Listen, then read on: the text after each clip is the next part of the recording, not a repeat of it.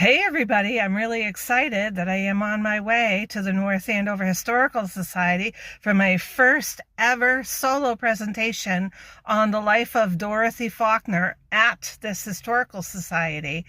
So I will probably be taking some pictures and I will have this all in a complete video as soon as I can.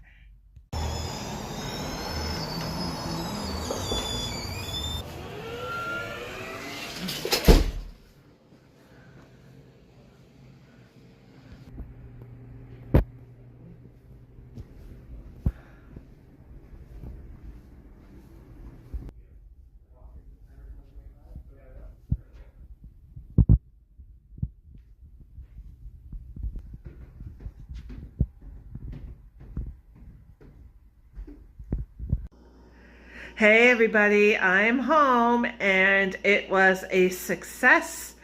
I have been invited to speak at the North Andover Historical Society again next year, so I'm really excited, and I will be posting a link to this program as soon as it becomes available.